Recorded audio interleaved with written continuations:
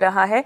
और year on year basis पे हम अगर एक्सपेंस रेशियो देखें तो ये आया है 19.3% पर 16.4% के मुकाबले 290 बेसिस पॉइंट का इजाफा यहाँ पर हुआ है। इतना ही नहीं, नेट प्रीमियम आय अगर आप देखें 12,261 करोड़ से घटकर 11,809 करोड़ पर ये नंबर हमें आता हुआ देखने को मिला है। सॉल्वेंसी रेशियो यहाँ पर 211.8% से बढ़कर 214.8% ईयर ऑन ईयर बेसिस आता हुआ दिखाई दे रहा है। ग्रॉस प्रीमियम आय 12,660 करोड़ से घटकर 12,226 करोड़ पर ये आंकड़ा हमें आता हुआ दिखाई दे रहा है। Monthly persistency ratio premium basis पे अगर आप देखें 58.6% पर ये आंकड़ा आया है 63.1% के मुकाबले, और यहाँ पर 450 बेसिस पॉइंट की कमी थोड़ी सी आती हुई दिखाई दे रही है। ये 61 मंथली परसिस्टेंस रेशियो है। 13 मंथ परसिस्टेंस रेशियो अगर हम देखें तो यहाँ पर 480 बेसिस पॉइंट की कमी आती हुई, और ये 81% पर आया है 85.8% के मुकाबले,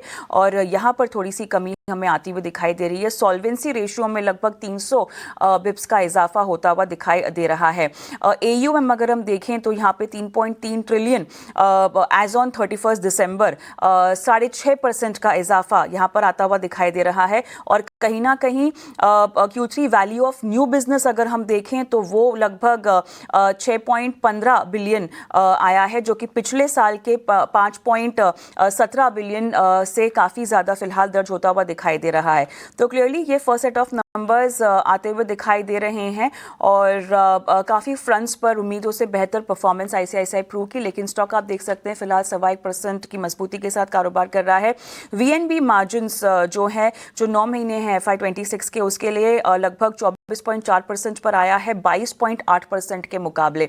तो ये first set of numbers ICICI Pru के हमने आपको बताए हैं। इन पर हम आगे चलकर एक्सपर्ट से भी बातचीत करेंगे, और रणनीति के लिहाज से और नतीजों में हम सेगमेंट वाइज जो है आपको सलाह भी दिलवाएंगे। लेकिन चलिए कॉर्पोरेट कनेक्शन में रुख करते हैं आज के मैनेजमेंट की ओर। और आनंद राठी वेल्थ ने Q3 के नतीजे अपने पेश किए हैं, और नतीजे अनुमान से बेहतर भी आए हैं।